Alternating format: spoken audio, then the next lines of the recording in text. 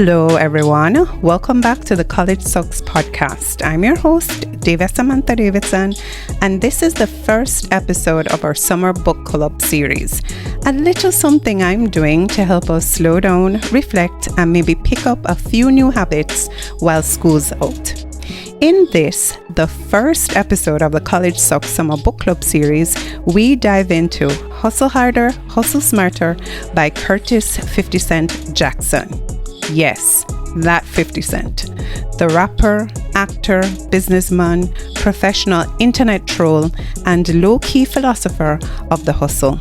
Let me tell you, this book surprised me. I was shocked. Hustle Harder, Hustle Smarter. What 50 Cent taught me and what he can teach you about life. College Sucks Summer Book Club series. Stay tuned.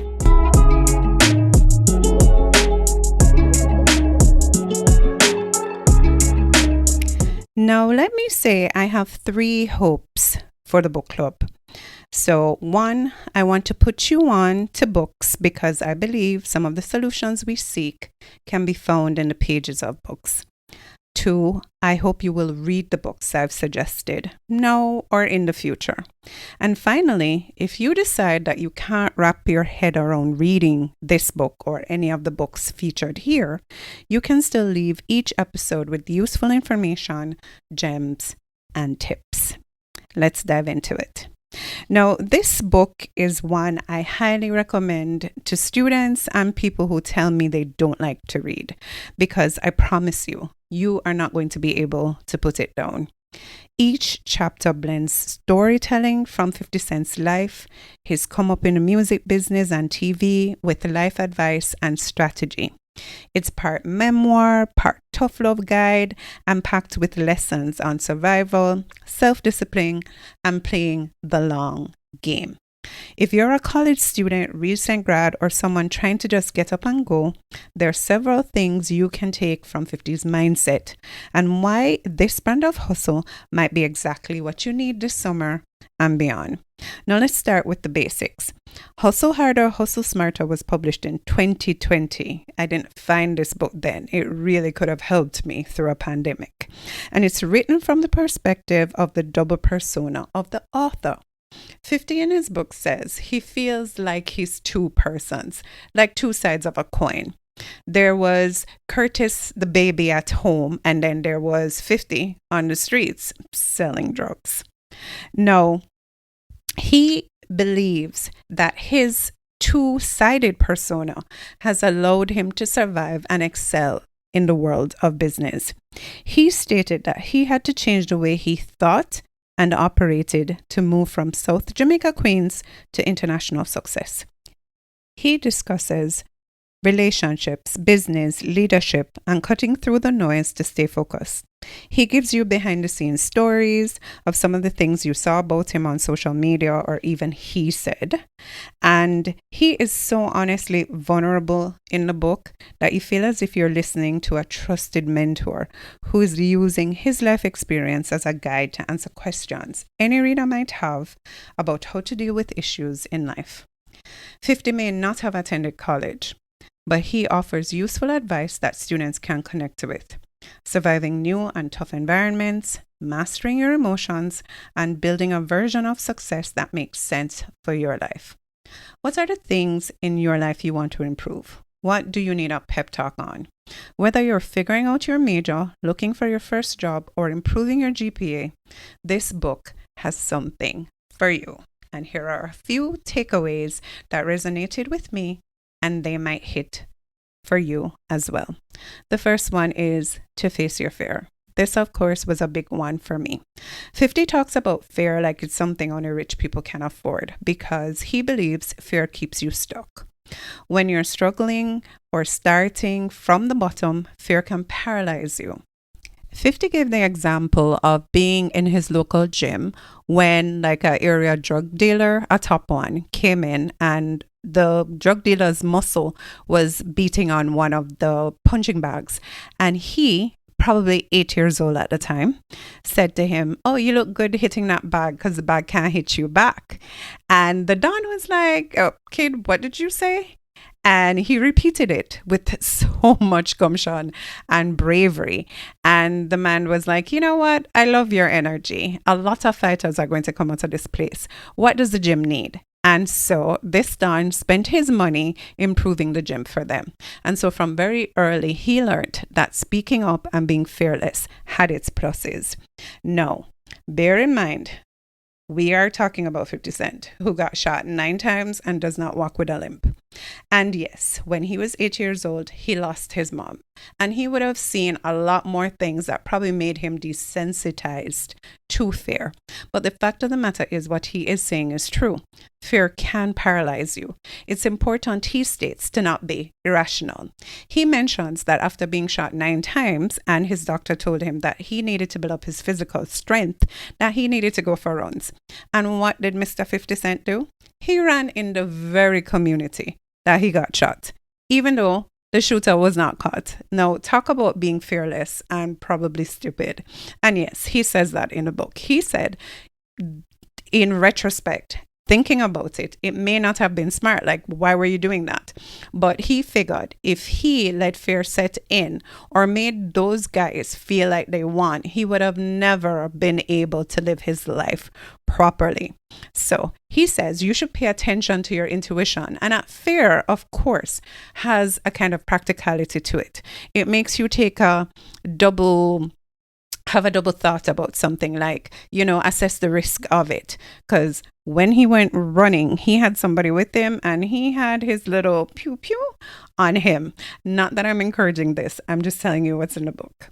The fact of the matter is, having a little fear makes you put plans in place and makes you a little bit more prepared.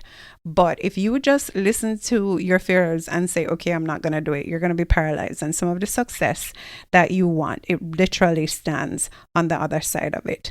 So the important lesson I've learned from his take on fear is that in life, there is no comfort in the growth zone and there's no growth in the comfort zone. Do you want to be stuck? Or do you want to move? So if you're scared to apply for that scholarship, afraid to switch your major, start that YouTube channel, that newsletter, or even email your professor for help, ask yourself, what's the worst that can happen? I mean, you're not going to be shot 9 times. Then ask yourself, what could happen if it works? You don't need to feel confident. You just need to be brave enough to try. And one of the lines I left the book with was, you just need to do it. Okay? The next thing that 50 says is, you are your own brand. 50 Cent is very clear about this. Your reputation is everything, not just online, but in real life too. 50 said, your brand is not just about popularity. It's about integrity, consistency, and value. In college, that means, how do you show up to class? How do you treat people? How do you handle responsibilities? He talks about simple things, from ironing your shirt, not getting drunk at an office party, putting in the work, and improving yourself. And one of the things that he said is integral in improving yourself is reading books. So he's in agreement with me. David Davidson said it and 50 Cent said it too. So, it must be true. But on top of that, he talks about the fact that you need to be careful about how you are perceived. In his chapter, The Power of Perception, he explores how powerful perception is and how controlling how others see you can sometimes matter as much as who you are. And he argues that your image, your presence, and your narrative all shape the way people treat you and the opportunities you get. He also states that you need to be careful not to fake it. He spoke about how Ja Rule tried this whole thug persona, faking it in his raps, and how much negative energy came with that. At the end of the day, when Ja Rule came up against real gangsters, real drug dealers like himself, he wasn't able to match that kind of energy because it wasn't genuine. In owning your brand, authenticity matters. It's extremely important. He says that there's nothing wrong with faking it until you make it in terms of confidence, but you're still going to have to make it. You are going to have to deliver on who you are projecting yourself to be. 50 says he's the best 50 Cent there is, and that you should be the best you that exists, because there is no other you, just like how there is no other him.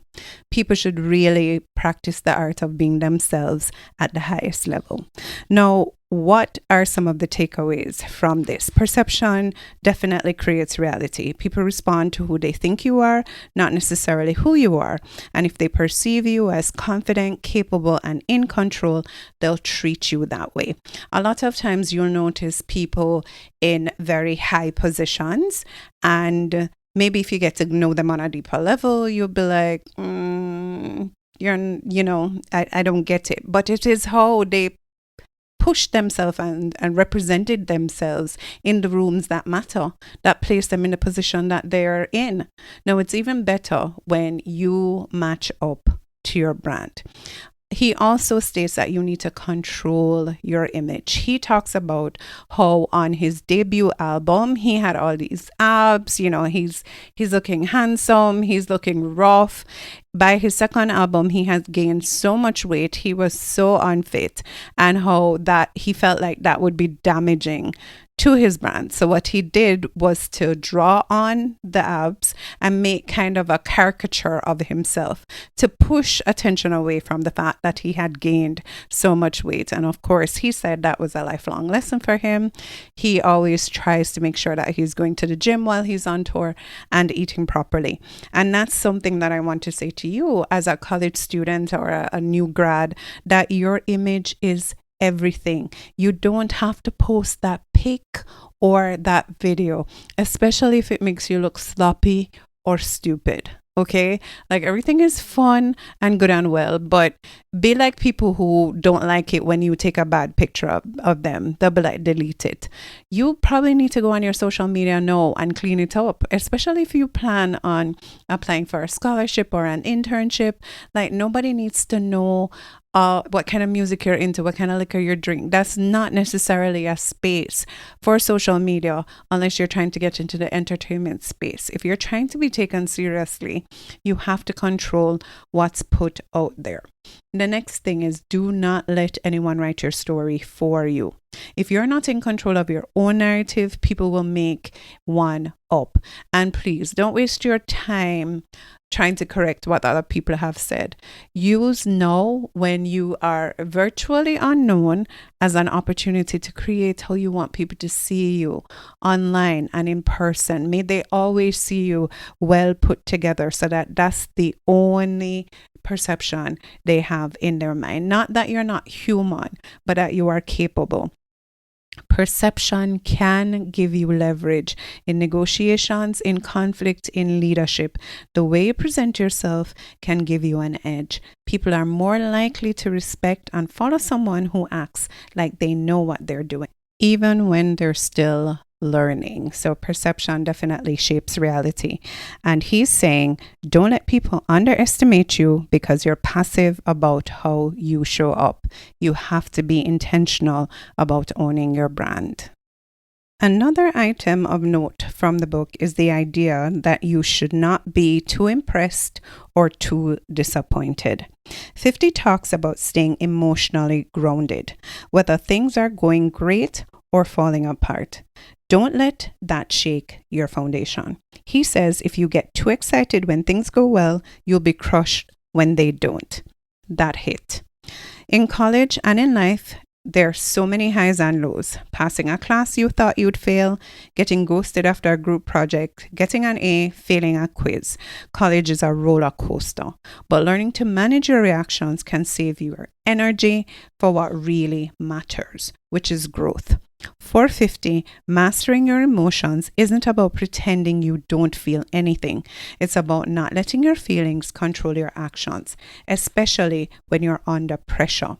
He's seen it firsthand how unchecked emotions, anger, fear, pride can ruin relationships, business deals, and even lives.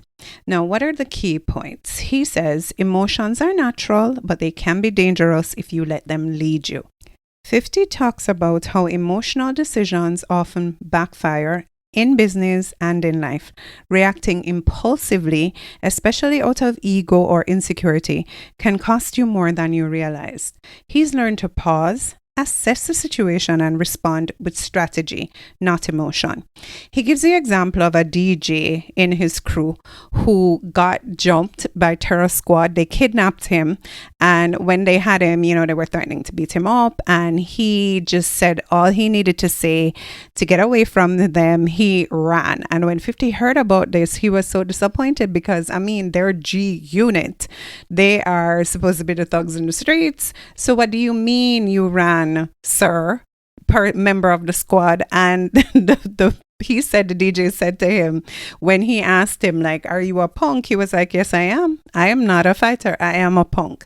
And it was so lucky for this member, and 50s also said in hindsight that he didn't let his emotions rule how he dealt with the situation, because he didn't need this guy around to fight for him. He could fight for himself, and the guy just did not want to be beaten up. Who really wants that? What the guy was good at was being a DJ, hyping up the crew and making mixtapes. Was he good at that? Yes. Was he good at fighting? No. What did you need him to do? Be good at what he was good at. So he was able, because he was not acting off ego or impulsiveness, he was able to make a solid business decision. You can't be the toughest in the room and the most emotional. He makes it clear that control is power.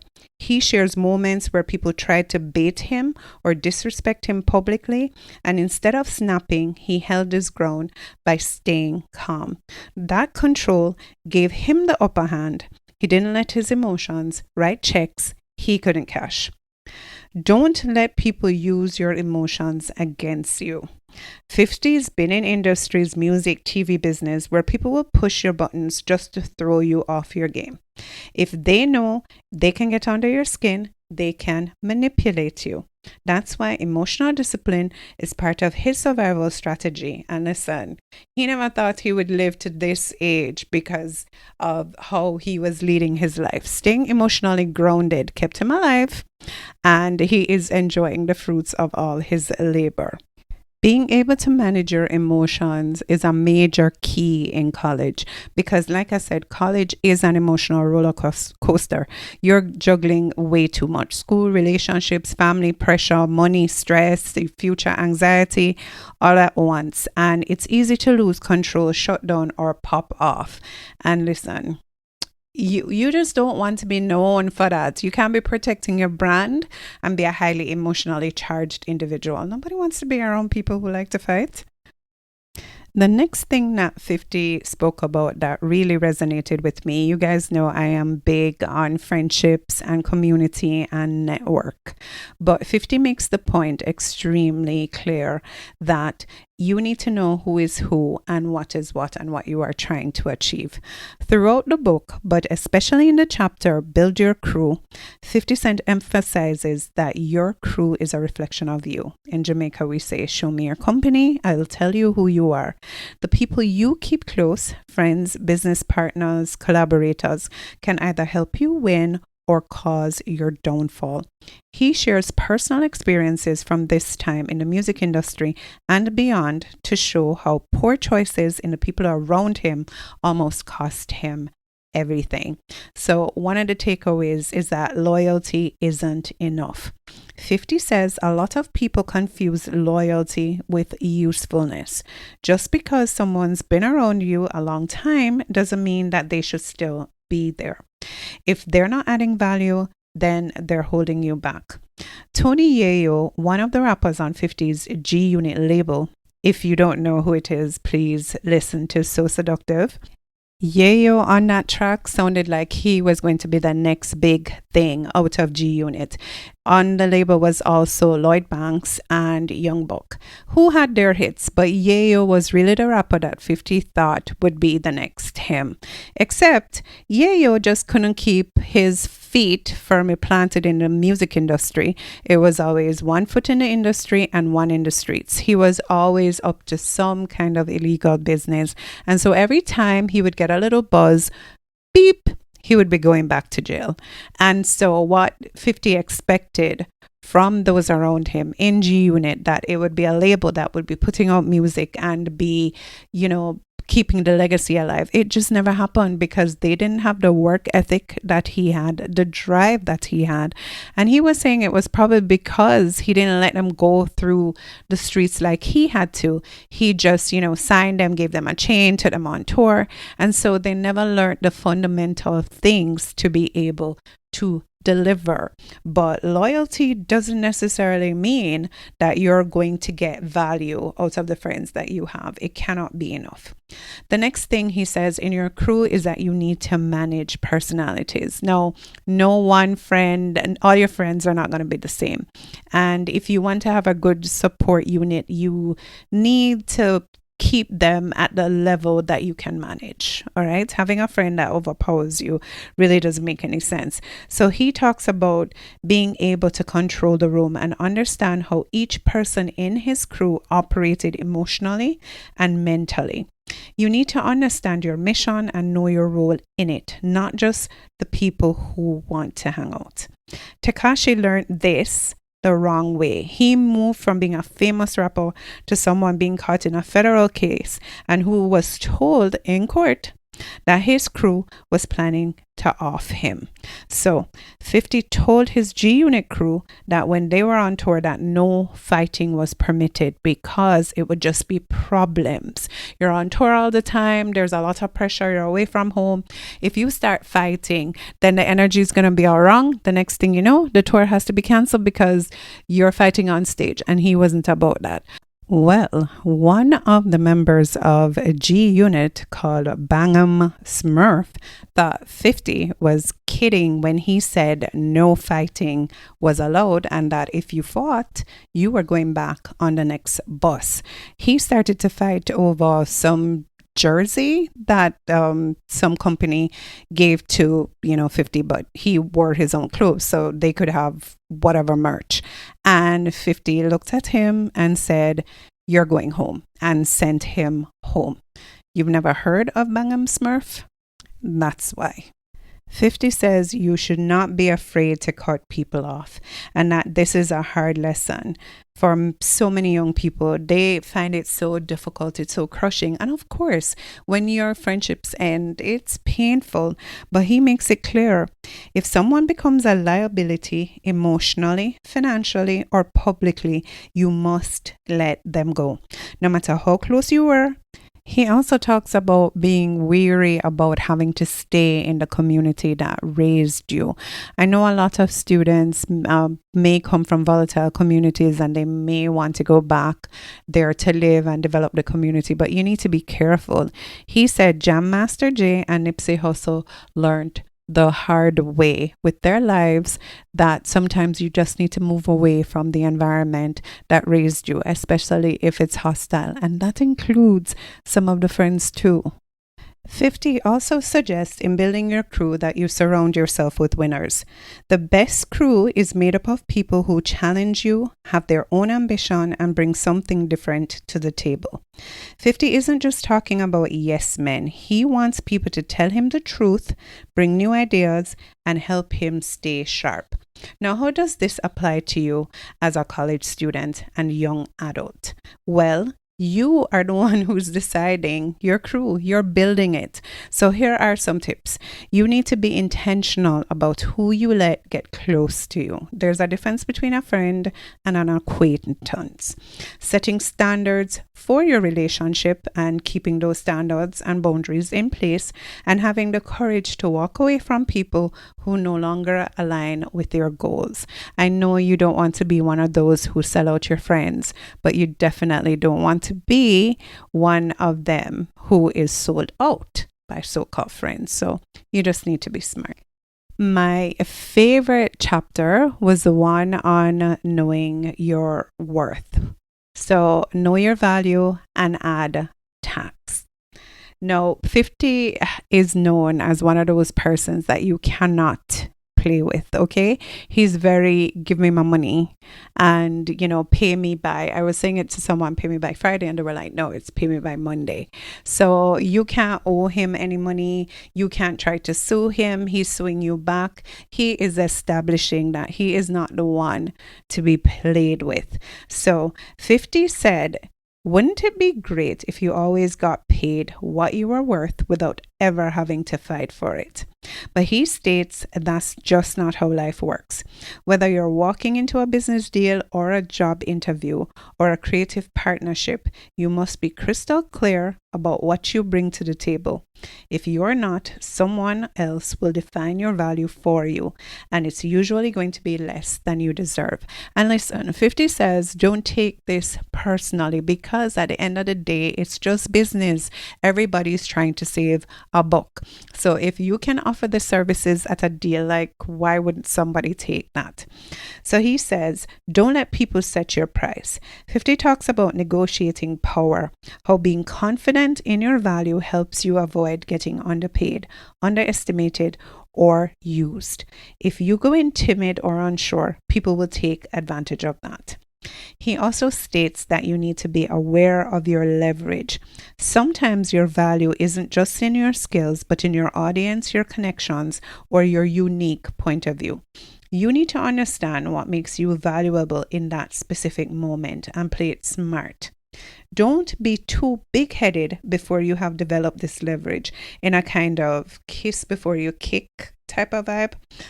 50 interned at his record company that signed him and learned as much as he could about the business. He only made $17,000 per episode for Power. Yes, you heard that right. $17,000. Because he knew that as much as he was a big time rapper, he was new to the TV business. And so them just signing was a deal, because he know he could quadruple that come season 2. And those of you who have watched Power can attest that season 1 was so good, there was no way you were missing season 2. So he used his leverage and belief in the brand to make sure that he got paid at the end of the day. He spoke about others who overplayed their hands. So like Gilly the Kid, who asked for too much at his signing bonus, and he stuck with it, even though 50 was advising him that, hey, 1 million is too much of a signing bonus. And Gilly just would not stop. He had a buzz in Philly, and he just wanted what he was worth, even though he had not. This would have been his first record deal. Anywho's, he stuck to his guns and got the $1 million. But can you name a song by Gilly the Kid? No, you can't. That's the reason.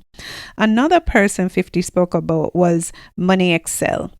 In the book, he spoke about how when he got shot, nobody really wanted to be around him, but Money Excel allowed him to do raps in his basement and record it. Well, after 50 got his deal, Money Excel went to 50's record label and demanded to be paid $50,000. Now, 50 was saying that 50,000 was too much. And if anything, the most he could offer, because Money Excel was good to him and did allow him to rap when nobody else wanted to be around him, he could give him 30,000 and a point off the album. Well, Money Excel, in knowing his value and knowing his worth, kind of overstated it and overestimated it, stuck to his demands, got the $50,000, did not take the point off the album, and the point would have been equal to 1% of every sale of every album. And at the end of the day, the money worth was $1.3 million. And on top of that, the relationship he had with 50 Cent was never the same.